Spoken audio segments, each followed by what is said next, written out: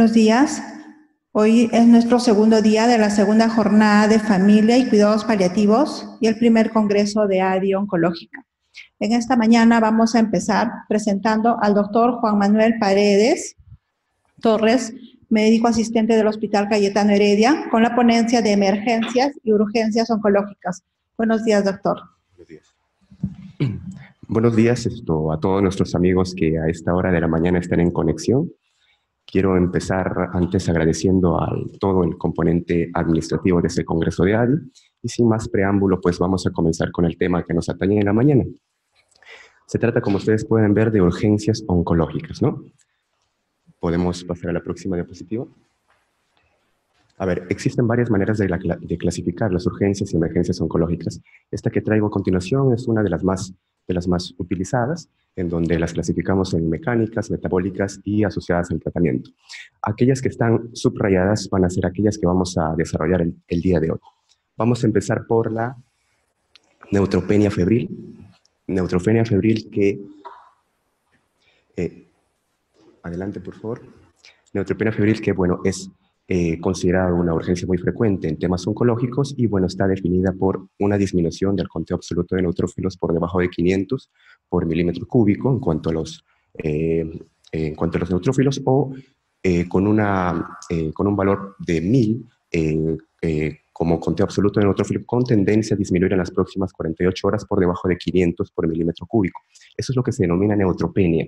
Y la fiebre, pues, la definición es bastante clara, 38 grados centígrados, aunque cuando nosotros fusionamos el término neutropenia y fiebre para hacer la denominación de neutropenia febril, tenemos de que esa tendencia a disminuir del conteo absoluto de neutrófilos por debajo de 500 y o por debajo de 1000 con tendencia a reducir por debajo de 500 en las próximas 48 horas, la fiebre va a ser entendida en este concepto como una temperatura única de 38.3 grados centígrados tomada oralmente o 38 grados centígrados con una duración de 1 hora. Ese es el concepto de neutropenia febril asociado al tema oncológico.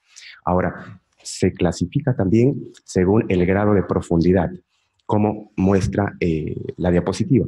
Entiéndase como una neutropenia profunda aquella disminución del conteo absoluto de neutrófilos por debajo de 100. ¿Podemos cambiar? Ok, entonces,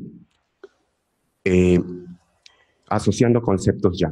Neutropenia febril, aquel conteo absoluto de neutrófilos por debajo de 500 o por debajo de 1000 con tendencia a disminuir por debajo de 500 en las próximas 48 horas. Y fiebre, entiéndase esta por una temperatura de 38.3 grados tomada a partir de la mucosa oral y o 38 grados centígrados con una duración de 1 hora. Estos conceptos en los cuales he enfatizado son fundamentales para la definición de esta primera urgencia oncológica. ¿Podemos pasar a la próxima? Ok, ahora, ¿por qué es importante comprender lo que es la neutropenia febril? Es importante porque la presencia de la misma pues va a incrementar la posibilidad de infecciones. ¿Correcto? Eso es cierto, pero esta neutropenia febril va a tener también otros factores asociados, no solamente de la neutropenia, sino también propios del paciente. Ahora, ¿cuáles son estos factores propios de la neutropenia? Pues va a estar directamente relacionado con su velocidad de instalación, su profundidad, su duración. Y factores relacionados propios del paciente, aquellos, por ejemplo, como las enfermedades asociadas del paciente, temas de inmunodepresión del paciente, quimioterapia aplicada en el paciente. Pues bien, vamos a comenzar a desarrollar cada una de ellas. Vamos a partir, por ejemplo, con la profundidad y la duración de la neutropenia. Véase usted, por ejemplo, en los gráficos que se muestran en la diapositiva, que a medida que la neutropenia dure más tiempo, pues es mayor la posibilidad de infecciones. Lo mismo pasa con la severidad o la profundidad de la misma. Mientras más profunda es esta, mayor es la posibilidad de que se adquieran infecciones. Pasamos a la siguiente, la velocidad de la neutropenia, como había manifestado anteriormente. Se tiene el dato estadístico de que alrededor del 60% de las infecciones van a estar presentes en aquellos pacientes que desarrollan una neutropenia profunda, es decir, por debajo de 100, en las primeras 72 horas. Pasamos a la siguiente. Muy bien. Estos son aspectos propios del tratamiento. Hay distintos esquemas de quimioterapia, unos más mieloablativos que otros, y todos estos tienen impacto en el sistema inmunológico, por supuesto. Bien, enfermedades como había mencionado y comorbilidades son factores propios del paciente. Pasemos a la siguiente. Ok, ahora vamos al tema en cuestión. Tenemos un paciente con neutropenia febril que ya conocemos la definición propiamente de él, y lo primero que hay que hacer semiológicamente es bastante claro, ¿verdad? Realizamos una detallada anamnesis, una correcta historia clínica, en donde debamos también hacer una exploración física contundente. Hay que explorar flexuras en el paciente y hacer énfasis en aquellos lugares donde aparezca flegosis particularmente. Es importante hacer el énfasis también en cuanto a la exploración en los puntos de presión en los pacientes encamados. Bien, pasamos a la siguiente. Buscar importante el dolor en el paciente es sumamente importante porque nos puede traducir algún tipo de flegosis y el preludio de una neutropenia, o sea, una infección secundaria a una neutropenia. Ahora, importante los estudios de laboratorio también. Siempre debemos recordar realizar el estudio laboratorial completo y realizar los cultivos, por supuesto. Es muy importante los cultivos. Desde el punto de vista oncológico, nosotros denominamos neutropenia febril aquel diagnóstico clínico y microbiológico. Por lo tanto, es importante realizar cultivos por dos, cultivos de orina, coprocultivo y cultivo de cualquier tipo de secreción que nos parezca sospechosa. Pasamos a la siguiente. Ok, ahora, respecto a la etiología de la neutropenia febril. Sabemos que la neutropenia febril, pues, induce a la aparición de ciertas infecciones. Ahora, es importante aclarar que las infecciones más frecuentes son aquellas producidas por los gram positivos. Fíjense ustedes que estas tienen hasta 60% de posibilidad de infección, los gram positivos, y con una tasa de mortalidad de solo un 5%. Sin embargo, los gérmenes gram negativos, pasamos, tienen una posibilidad de 30% de bacteriemias con un 20% de mortalidad. Por lo tanto, estas son las infecciones más temibles y de las cuales debemos cuidarnos más. Por lo que está recomendado actualmente, en cuanto al tratamiento empírico que debe empezarse en estos pacientes con neutropenia febril, la utilización de fármacos con actividad anti-pseudomónica, que es el germen más frecuente como bacteria gram negativa que infecta a estos pacientes. Bien, cambiamos a la siguiente. Aparte de los gram positivos, gram negativos, también tenemos gérmenes anaerobios, tenemos también las micobacterias y finalmente,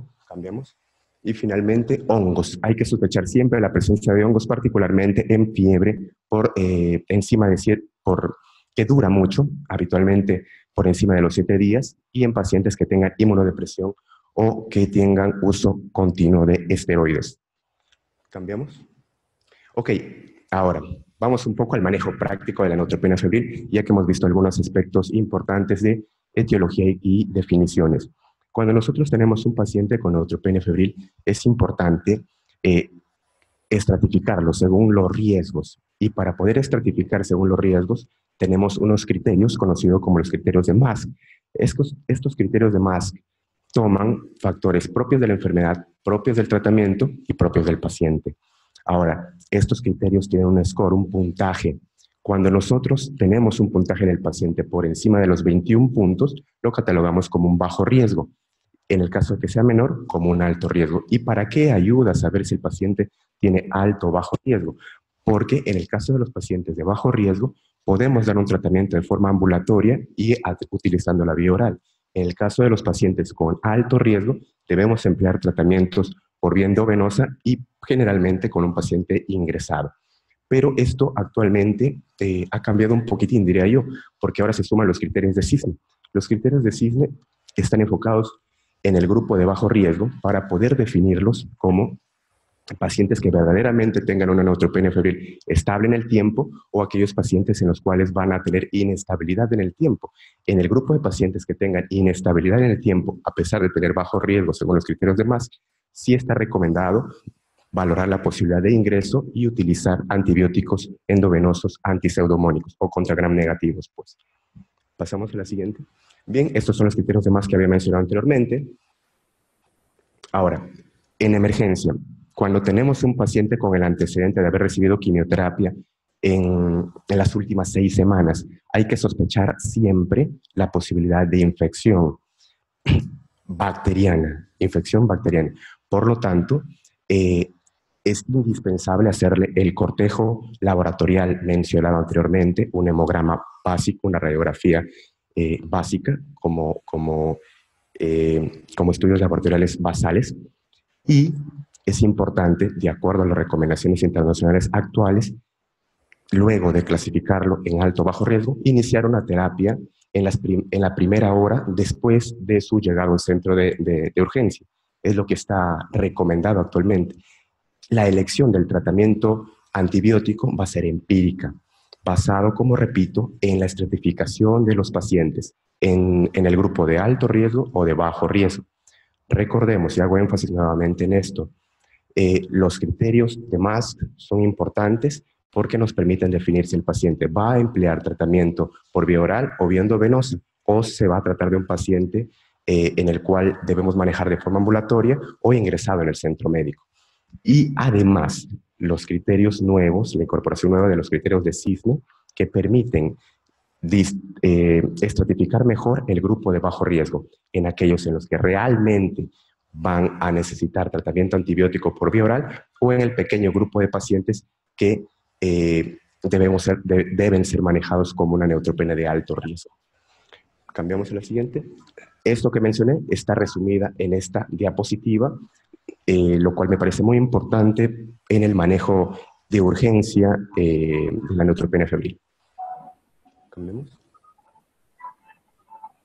Ok, ahora, ya he adelantado un poco esto. En el caso de que se tenga pacientes de bajo riesgo, la elección del tratamiento va a consistir en una quinolona. Se prefiere la ciprofloxacina a dosis de 750 miligramos 2 veces al día, y amoxicilina con clavulánico cada 8 horas por un tiempo total de 5 días. En el caso de pacientes alérgicos a la amoxicilina, a las penicilinas de manera general, se puede utilizar la clindamicina. Ahora, cambiamos. Ahora, en el caso de pacientes de alto riesgo, también lo había mencionado, hay que utilizar antibióticos endovenosos antiseudomónicos o antigram negativos. Ejemplos de estos antibióticos, pues lo tenemos en la ceftazidima, la cefepime, carbapenemas. Y recordar además que no podemos utilizar antibióticos tales como aminoglucósidos o vancomicina principalmente en la primera línea del tratamiento en estos pacientes de alto riesgo. La vancomicina tiene indicaciones bastante exactas y hay que ceñirnos a estas indicaciones para evitar resistencia antimicrobiana. Ejemplo de estas indicaciones pues las tenemos en cuanto a las infecciones pulmonares, infecciones de piel, infecciones asociadas al catéter. Bueno, pasamos entonces a la utilización o no de antifúngicos. Como había mencionado inicialmente, y quisiera que quede claro en ese sentido, pensar en la utilización de antifúngicos en aquellos pacientes con neutropenia y con una duración mayor a 7 días, o en pacientes que tengan tratamiento esteroideo o inmunocomprometidos. Pasamos. Ok, las conclusiones para esta primera urgencia desarrollada son las siguientes. Esta es una verdadera emergencia médica. Recordemos que la infección pone en riesgo la vida del paciente. Es importante el diagnóstico correcto de la misma. Entiéndase por neutropenia febril aquel conteo absoluto de neutrófilos por debajo de 500, asociado a una temperatura única oral de 38.3 grados o 38 grados centígrados con una duración de 1 hora. Es importante señalar que la estratificación de riesgos lo hacemos a través de los criterios de MASC. Es indispensable realizar un correcto examen, una correcta historia clínica, examen físico y los estudios laboratoriales que incluyen cultivos. El riesgo, como había mencionado, es importante también para definir si el tratamiento va a realizarse por vía oral o vía endovenosa, y de elección tratamientos antibióticos empíricos con efecto antiseudomónico o antigram negativo a administrar en la primera hora en el paciente que acude a un centro de urgencias con el diagnóstico de neutropenia febril. Pues bien, ese es el desarrollo de la primera urgencia que les traigo en este día. Ahora, veamos la siguiente. Se trata del síndrome de lisis tumoral. Ahora, ¿qué es el síndrome de lisis tumoral? Este síndrome de lisis tumoral es un conjunto de síntomas y signos que aparecen producto de la lisis a gran escala de células que son muy sensibles al tratamiento con quimioterapia y se va a manifestar por manifestaciones clínicas y laboratoriales. Ahora, ¿cuáles son esos cambios laboratoriales? Es importante saber que en el síndrome de lisis tumoral aparecerá una hiperuricemia, una hipercalemia, hiperfosfatemia y la hipocalcemia. Si no se trata adecuadamente el síndrome, lleva a la muerte, lógicamente, del paciente. Ahora, en oncología nosotros preferimos prevenir antes de tratar, por lo que más adelante voy a hacer énfasis en cuanto a la profilaxis o prevención del síndrome de lisis tumoral, puesto que la aparición del síndrome de lisis tumoral como tal debe realizarse en un centro de alta complejidad, como una unidad de cuidados intensivos, por ejemplo. Pues bien, estos son los factores asociados al síndrome de lisis tumoral. La base y lo que quiere transmitir esta primera diapositiva es que el síndrome de lisis se va a desarrollar a partir de células que tengan alta sensibilidad a la quimioterapia, de tal manera que la quimio las destruya, provoque lisis en las mismas, y estas células viertan su contenido intracelular al medio extracelular, provocando los cambios bioquímicos que había mencionado anteriormente. Y se asocia además, en la mayoría de los pacientes, a una enfermedad renal subyacente. Y si no tuviera esta enfermedad subyacente, con el desarrollo de la lisis tumoral, muy probablemente el paciente pueda desarrollar injuria renal, daño renal e insuficiencia del riñón. ¿Cambiamos?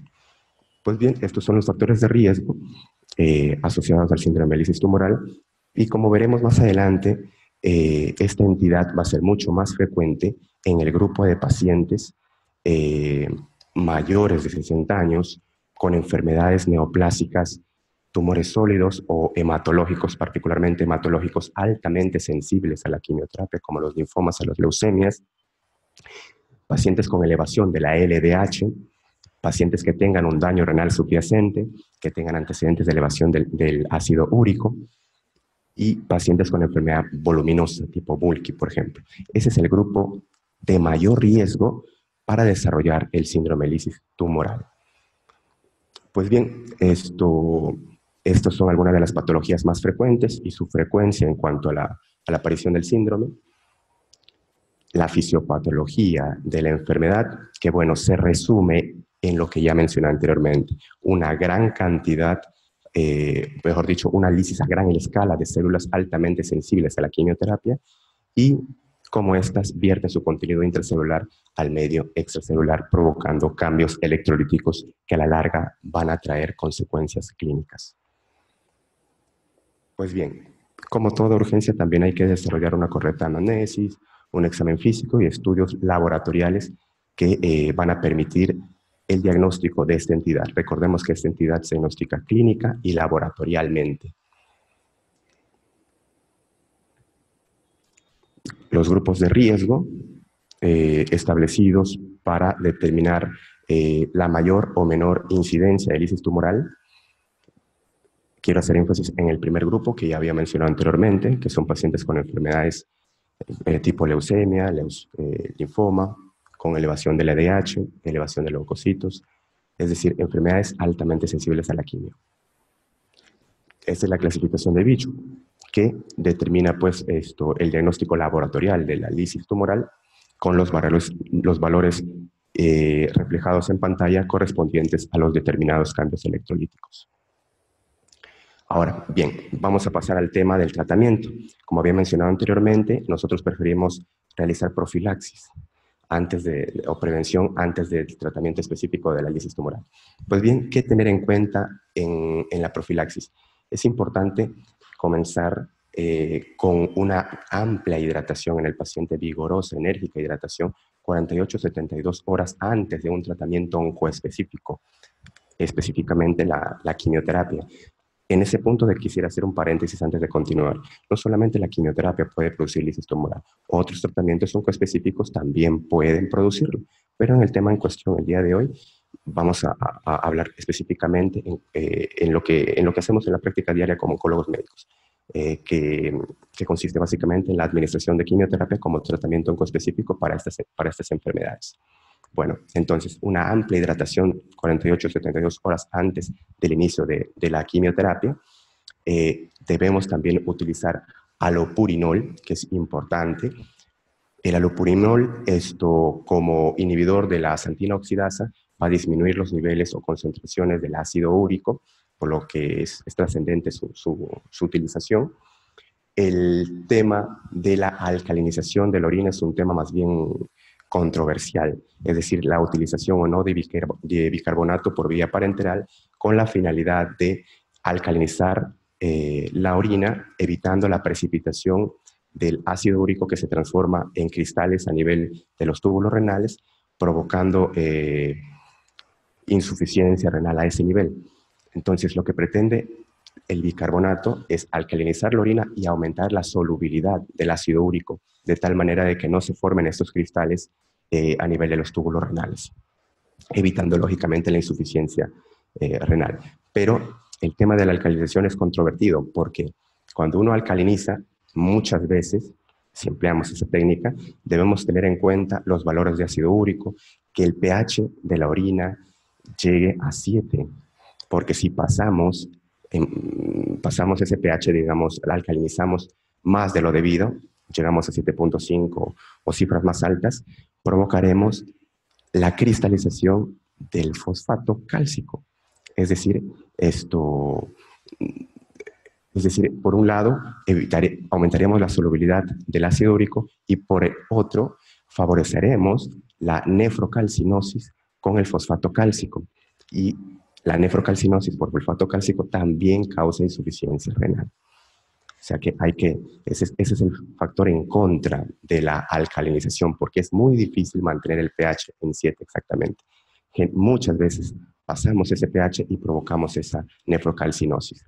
Por lo que, como repito, la alcalinización es más bien controversial.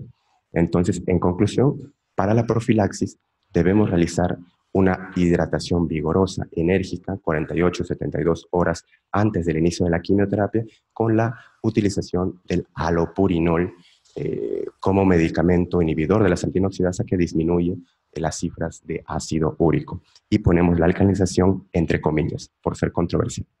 Pasamos a lo siguiente.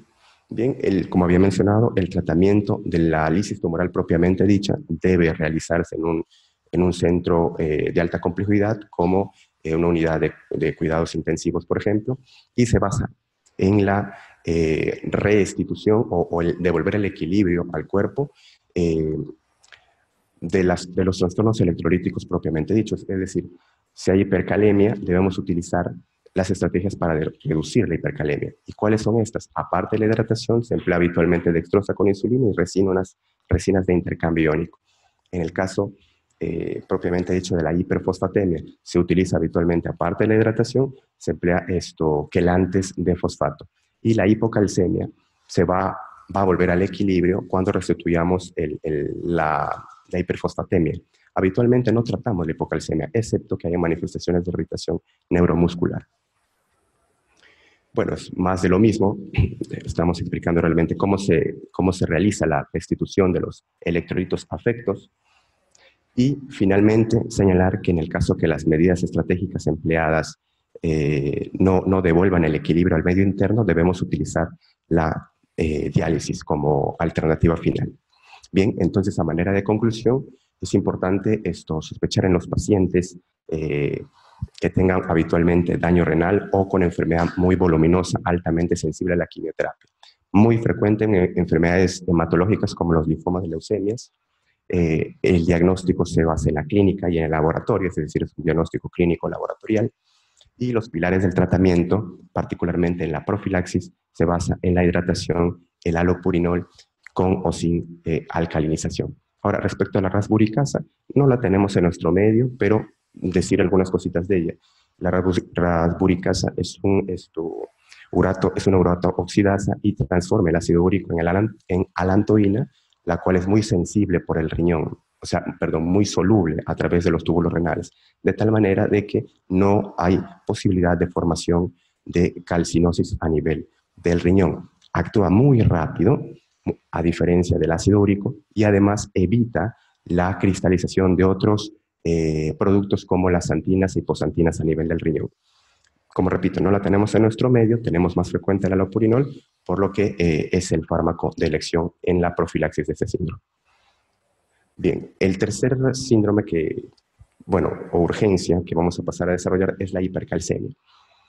Bien, la hipercalcemia se produce o no es más que la elevación súbita del calcio por encima, de 10.5 miligramos por decilitro, debido particularmente a un aumento de la reabsorción del calcio a nivel del tejido esquelético. Recordar que el tejido esquelético es el almacén del calcio en el cuerpo más grande. Y en temas oncológicos, esta reabsorción del calcio puede provocarse por cambios líticos a nivel del esqueleto o cambios tumorales. Es decir, desde ya les digo que hay dos mecanismos importantes para provocar la hipercalcemia relacionado al tema cáncer. El primero por la lisis, por la osteolisis, y el segundo por factores humorales, particularmente una hormona conocida como paratormona-like, que es la que aumenta la absorción del calcio y produce hipercalcemia relacionado al tema oncológico. ¿Cambiamos? Pues bien, ya he mencionado un poco de cuáles son los mecanismos fisiopatológicos para que se desarrolle la hipercalcemia. Ok, entonces estos son los mecanismos mencionados anteriormente, hacer énfasis en el mecanismo de la osteólisis y el mecanismo humoral. Estos son algunos de los fármacos humorales presentes en el organismo, realizar énfasis en la producción de la hormona paratormona, péptido relacionado a la hormona paratormona o paratormona-like, que es producido, sintetizada por algunas células neoplásicas. Bien, ahora, ¿cuáles son los tumores que más frecuentemente producen hipercalcemia? Los tenemos en la diapositiva: el pulmón, cáncer de mama, mieloma múltiple, que son entidades que o metastizan a hueso o se producen a nivel de la médula ósea, como el mieloma múltiple, y luego se extiende al tejido óseo. Bien, hay disímiles manifestaciones clínicas en la hipercalcemia. Afectan fundamentalmente el sistema gastrointestinal, neurológico, cardiológico y renal. La diapositiva que presento a continuación tiene algunas manifestaciones neurológicas, cardiovasculares, gastrointestinales, renales y óseas finalmente, ¿no? Hay múltiples síntomas, porque recordemos que esto es una entidad que, claro, como todas las anteriores, si no se trata a tiempo, pone en riesgo la vida del paciente y al final puede provocar un deterioro de la función de conciencia, llevando al coma al paciente y finalmente a la muerte. Ahora, ¿cuáles son los valores habituales del calcio sérico? Bueno, los tenemos en pantalla, y algo que quería aclarar es que nosotros habitualmente tomamos los valores de calcio sérico en sangre, pero estos valores en pacientes que tengan un valor de albúmina por debajo de 4 gramos por decilitro, debemos hacer la corrección respectiva con la fórmula siguiente, puesto que el calcio o la función biológicamente activa del calcio va a estar directamente relacionada al calcio iónico o a los valores que vamos a encontrar con el empleo de la fórmula que toma en cuenta los valores de la albúmina. Bien, entonces tenemos dos maneras de diagnosticar la hipercalcemia: a través del calcio sérico, que nos va a dar el calcio total con corrección, y a través del calcio ionizado. Ahora, ¿cómo se realiza la prevención de la hipercalcemia? Es importante señalarle al paciente que ingiera abundantes líquidos. Es importante también decirle que realice actividad física, que no esté sedentario, que esté en actividades como levantamiento de pesas, que favorece la incorporación del calcio al esqueleto. Evitar determinados fármacos como las tiazidas, que van a favorecer el incremento del calcio a nivel del cuerpo, y evitar, lógicamente, el consumo de ciertos fármacos, medicamentos como la vitamina D y el calcio. Bien, entonces tenemos ahora la hipercalcemia y su estratificación en leve, moderada y severa. La que más manifestaciones clínicas produce va a ser aquella que tenga un valor de calcio total por encima de 14 miligramos por decilitro, es decir, la hipercalcemia severa. Ok. El manejo de la hipercalcemia se resume en pilares muy bien establecidos, pues, ¿no? Una hidratación correcta, amplia, vigorosa en el paciente, es fundamental la utilización de diuréticos tipo ASA, son importantes también, y finalmente la utilización de bifosfonatos, como el pamidronato, el ácido zoledrónico y más recientemente el denosumab, medicamentos que limitan o inhiben la actividad osteoclástica, es decir, las células osteoclásticas, que son las encargadas de la lisis del tejido esquelético, inhiben a estas células de tal manera que limitan la resorción ósea. ¿Vemos? Hidratación amplia, entonces, diuréticos y los bifosfonatos son los pilares del tratamiento en esta urgencia oncológica, en esta tercera urgencia oncológica. Bien, pasamos. Hay otros fármacos que se emplean también, como la calcitonina, ciertos esteroides, pero los pilares de tratamiento son de las cosas que quisiera que se lleven a casa. Bien, las conclusiones, la hipercalcemia pues tiene diferentes mecanismos fisiopatológicos, hay disímiles manifestaciones gastrointestinales, renales, cardiovasculares. Hay que dar tratamiento inmediato en el caso se trate de una hipercalcemia severa, es decir, con un calcio total por encima de 14 miligramos por decilitro. Los pilares del tratamiento se basan en hidratación, diurético tipo ASA y bifosfonatos. Ok, la cuarta urgencia o emergencia oncológica se trata del síndrome de compresión medular. Entiéndase como compresión medular aquel desplazamiento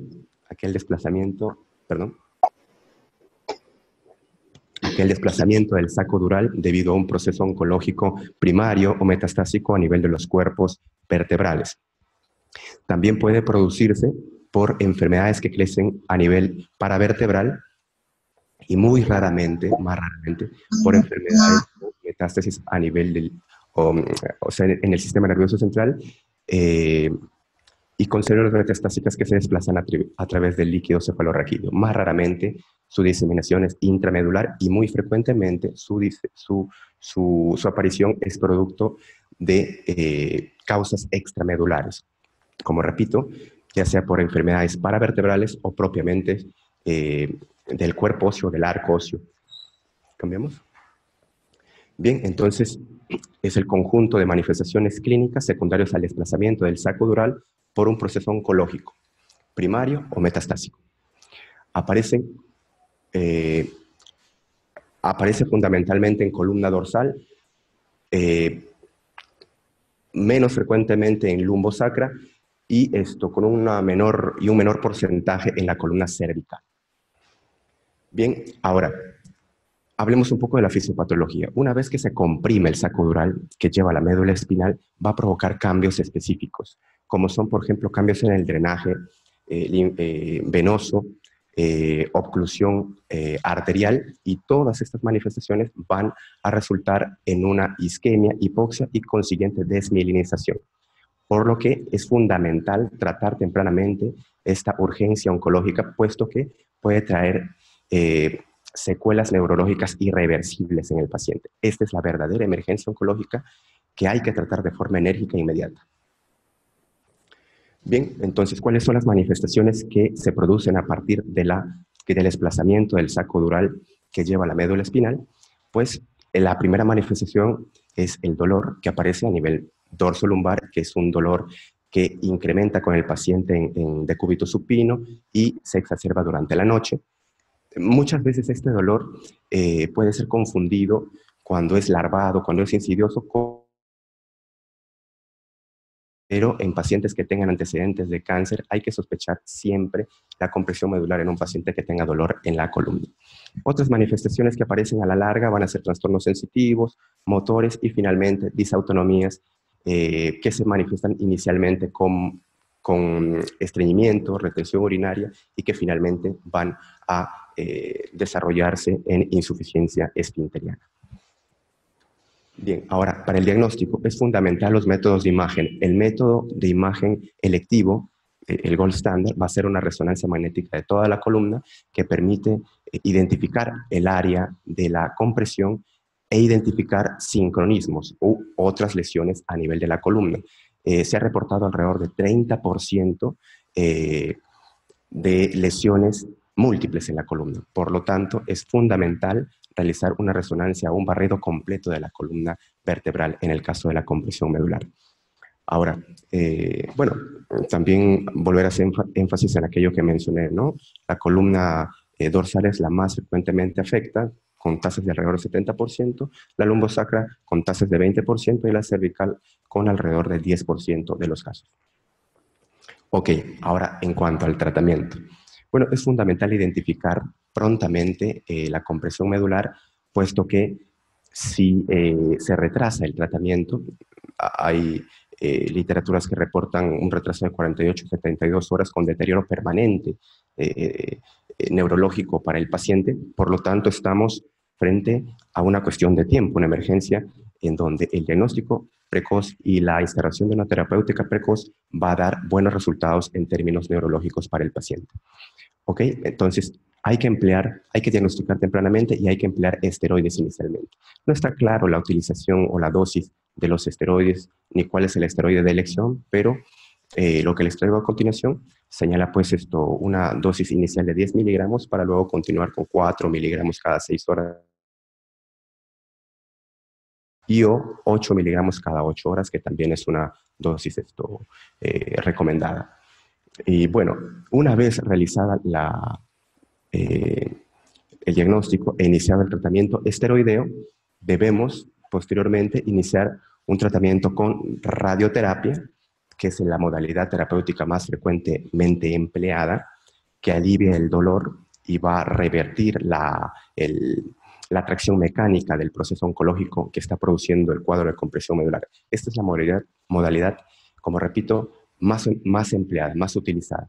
Ahora, la modalidad quirúrgica solamente va a emplearse en aquellos casos en los que haya una fractura con compresión ósea del tejido neuronal y o en los casos en los cuales, a pesar de estar recibiendo radioterapia, no mejora el paciente, o en casos que se produzca compresión medular en áreas o sitios previamente irradiados.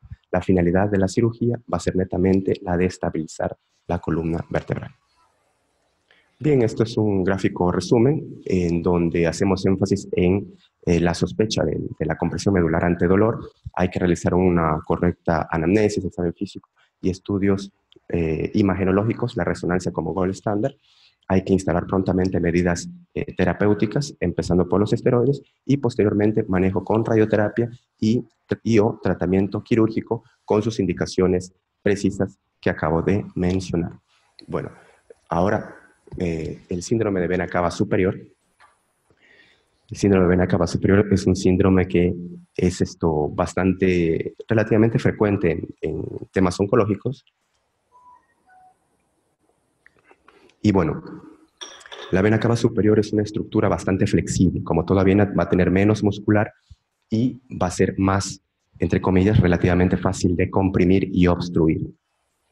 Este síndrome no es más que el conjunto de síntomas y signos que aparecen producto de la obstrucción de la vena cava que se localiza en el mediastino medio y obstrucción del flujo venoso a ese nivel.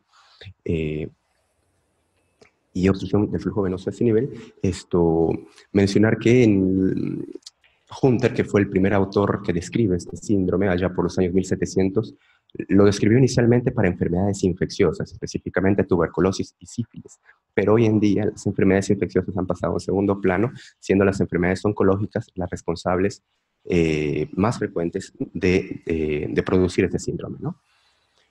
Bueno, allí como pueden ver, la localización en el mediastino medio de la vena cava y las causas malignas representan hoy por hoy alrededor del 85% de las entidades que dan origen a este síndrome. Dentro de las entidades malignas tenemos pues el cáncer de pulmón y el linfoma encabezando la lista, y dentro del cáncer de pulmón el cáncer de células pequeñas. Bien, ok, un poco de fisiopatología. La enfermedad oncológica puede infiltrar la pared de la vena cava con la consiguiente aparición de un trombo que ocluye el flujo normal de la vena cava y o comprimirla mecánicamente. Lo segundo es lo más frecuente, la compresión extrínseca mecánica de la vena cava superior con o sin aparición de un trombo. Cuando se produce esta obstrucción, el cuerpo trata de mantener un equilibrio y activa las colaterales. colaterales como la ácidos, semiácidos, intercostales, mamaria interna, pero mientras se mantenga en el tiempo la obstrucción va a sobrepasar la capacidad de estas colaterales con la consiguiente producción de síndromes, o sea, manifestaciones clínicas, que son las que ustedes ven en pantalla. Ahora, ¿cuáles de estas manifestaciones suelen ser las más frecuentes en la vena cava superior? Estas manifestaciones van a estar encabezadas por la tos, la disnea y el edema facial, que son las manifestaciones más frecuentes que nos hacen pensar en el síndrome de vena cava superior. Acá, por ejemplo, en pantalla, la circulación colateral y circulación colateral con abombamiento de las fosas supraclaviculares y edema facial. Bien, entonces el diagnóstico va a consistir en una correcta análisis, examen físico y estudio de imagen. Se necesita obligatoriamente una tomografía de tórax con contraste para poder definir las estructuras vasculares y anatómicas que van a estar involucradas en la aparición de este síndrome. Ahora, existen otros medios para el diagnóstico, pero eso es para el diagnóstico anatomopatológico. El diagnóstico patológico, en el caso aparezca un síndrome de vena cava superior sin etiología determinada. Y es importante determinar la patología en este síndrome porque va a guiar el tratamiento. Habitualmente este síndrome le da un compás de espera al médico para realizar pruebas y conseguir el diagnóstico patológico de la enfermedad maligna causante del mismo. Hay algunos estudios que están contraindicados en el síndrome, pero hay una contraindicación relativa de las biopsias por encima del diafragma, ¿no? Como biopsias a nivel de ganglios en fosa supraclavicular o en cuello, que se identifican. No están del todo contraindicadas estas biopsias. Ok, entonces el objetivo del tratamiento es mejorar lógicamente la sintomatología y tratar específicamente la enfermedad. Y llegando ya netamente a las estrategias terapéuticas, hay que emplear medidas generales y específicas. Estas generales van a estar dadas por la oxigenoterapia, el reposo en Fowler de 45 grados en el paciente, la utilización de esteroides y furosemida, o sea, diuréticos tipo ASA, y el tratamiento específico de la enfermedad. En el caso se sepa que se trata de un carcinoma de pulmón de células pequeñas, por ejemplo, un linfoma de Hodgkin, la quimioterapia específica para ese tipo de patología es la que debe utilizarse en primera línea del tratamiento. En el caso se sepa que, por ejemplo, se trata de un cáncer de pulmón de células no pequeñas, se opta por el tratamiento radiante, que tiene una mayor tasa de respuesta para este síndrome. Y en el caso de no Hodgkin específicamente puede emplearse tratamiento con quimio-radioterapia. Preferimos nosotros utilizar tratamiento con quimioterapia. Bien, entonces, en el caso esté o no asociado a trombo, debemos utilizar antitrombolíticos o anticoagulantes también. Y finalmente, la utilización de endoprótesis, que está incrementando su recomendación internacional porque son métodos rápidos, que consiguen un alivio importante de la clínica en el paciente y además permite que el médico tenga más tiempo para poder realizar todos los procedimientos en aras de buscar el diagnóstico patológico. Bien, finalmente, la hipertensión endocraniana, vamos a tratar de realizarlo rápidamente. Se trata de también manifestaciones clínicas secundarias al aumento de volumen intracraneal por un proceso expansivo a este nivel y o metastásico a nivel cerebral. Los tumores más frecuentemente primarios van a ser los gliomas, las metástasis que más frecuentemente toman el sistema nervioso central y en particular el cerebro, van a estar relacionados a cánceres de pulmón, mama, melanoma, como ustedes pueden ver en pantalla. Y hay una serie de manifestaciones clínicas que van a estar en relación al lugar donde aparece el tumor primario y sus metástasis. Todas estas al final van a traer un deterioro importante en el nivel de conciencia, coma y paro cardiorrespiratorio. Esta es la sistemática de diagnóstico en cuanto al tema laboratorial. Solo quiero hacer énfasis en que está contraindicada la realización de la punción lumbar y estudio de líquido cefalorraquídeo. Es importante una tomografía o resonancia cerebral para poder definir el proceso tumoral causante de esta entidad. Nosotros preferimos resonancia magnética que brinda mayores detalles anatómicos. Y finalmente el manejo. Es importante instaurar las medidas generales como oxigenoterapia, chequeo de la función cardiorrespiratoria, el empleo de esteroides con las dosis que ustedes ven en la diapositiva, y el empleo de diuréticos osmolares como el manitol para disminuir el volumen o el líquido cerebral, y posteriormente el empleo de diuréticos tipo ASA para direccionar ese volumen sacado del cerebro al riñón y aumentar la excreción renal, disminuyendo de esa manera el volumen intracraneal y la hipertensión endocraneana. Finalmente, hacer énfasis en que los anticonvulsivantes solamente van a ser empleados cuando el paciente haya tenido antecedentes de epilepsia o convulsiones. Bueno, con esto damos finalización a esta maratónica tarea de hacer la presentación de los temas de urgencia y emergencia oncológica, ¿no? Gracias. Agradecemos al doctor Manuel Paredes por su excelente ponencia. Vamos a ver si hay preguntas del público.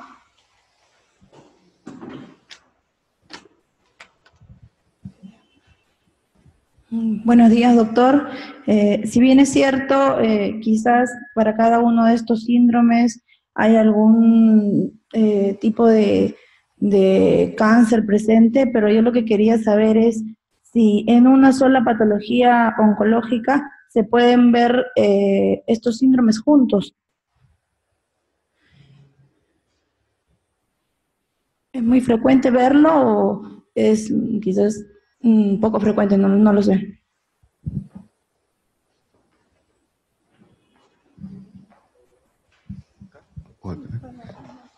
Ajá. Bueno, buenos días, gracias por tu pregunta.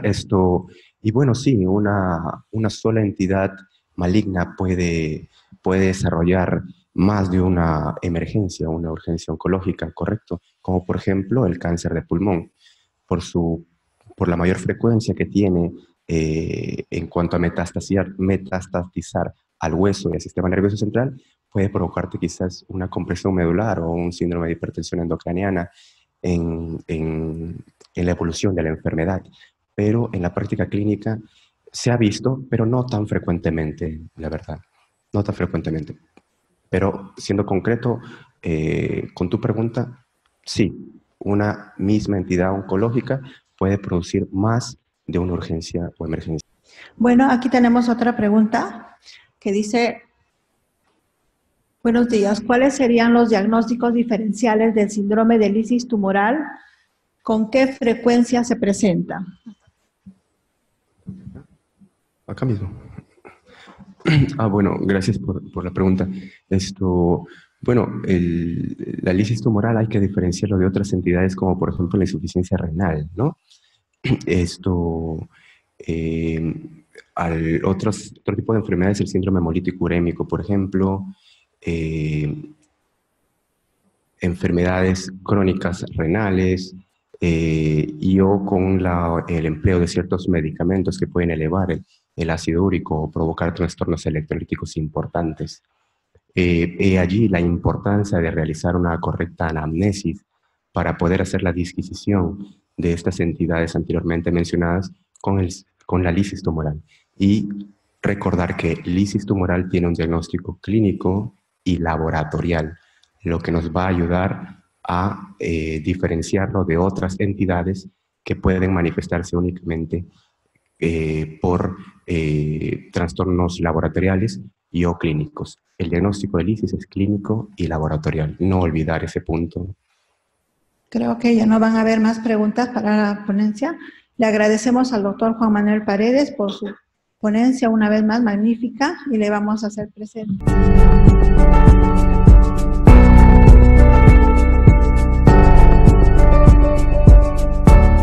Gobierno del Perú. El Perú primero.